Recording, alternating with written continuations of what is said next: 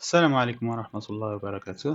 في هذا الفيديو ان شاء الله غادي نوريكم كيفاش تقدروا تتعاملوا مع الضياع والتهراس ديال السلعة، يعني سواء شحال كتضيع ولا شحال كتهرس. اولا غادي نمشيو للمنتجات. هنا كنلقاو المنتجات ديالنا، نختاروا مثلا هاد المثال هذا اللي هو لانكاساب.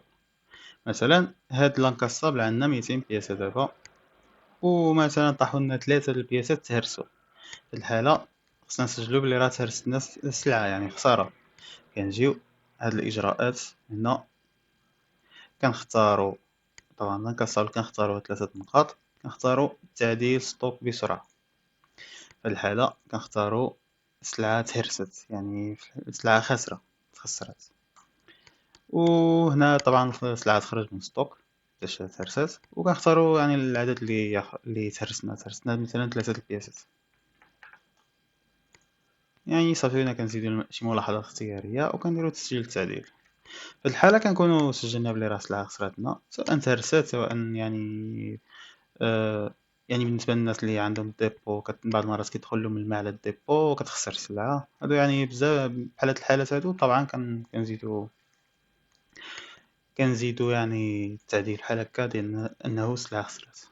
واخا بالنسبة لنا السلعة فاش كتضيع يعني بنفس الطريقة، مثلا لانكاسابل ضاعت لنا 7 البياسات، ضاعوا لنا ما لقيناهمش، يعني كانوا عندنا في شي بلاصة، سواء كنا دايرينهم في شي كارطونة وديك الكارطونة ما لقيناهمش، مع سرقة شي واحد الله اعلم. دونك في هذه الحالة كنديرو تعديل ستوك بسرعة، كنختارو السبب هو ضياع السلعة. هنا طبعا بنفس الطريقة راه يعني السلعة كتخرج، وكنديرو بلي راه مثلا نقولو ضاعوا لنا 20 بياسة، 20 ضاعوا هنا يعني. ملاحظة اختيارية طبعا، وكنديرو تسجيل التعديل. دونك هنا درنا 2 تعديلات.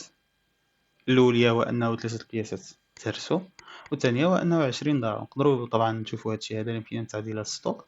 غنشوفوا آخر 2 تعديلات. الأولية اللي هي سلعة خاسرة، سلعة تهرستنا ناقص 3 البياسات، والثانية اللي هي ضياع سلعة. نقدروا كاع ندخلوا نشوفوا الديتاي ديالها، غنلقاو بلي راه لانكاساب ضاعوا لنا منه 20 بياسة، ونشوفوا فوقاش تزاد داكشي، ولا كانت شي ملاحظات نشوفوا هنا. مزيان. دابا نقولوا ديك الكرتونة لقيناها، يعني كنا سجلنا بلي راه ضاعت ودابا لقيناها. اولا كاع نقولوا مثلا كانوا عندنا 2 كراطن، وكانوا ضاعوا بجوج، واحدة فيها 10 واحدة فيها 10، اللي هي توتال 20 اللي ضاعوا لنا. نقولوا لقينا يعني وحدة، لقينا 10 د البياسات. في هاد الحالة كنجيو كنديرو عاود تعديل ستوك بسرعة، نفس البلاصة. كنمشيو السبب هو لقيناها، يعني شي حاجة كانت ضاعتنا ولقيناها. في الحالة طبعا السلعة تدخل، يعني ندخلو السيستم، كنزيدو 10 البياسات اللي لقيناها، كنديرو تسجيل التعديل.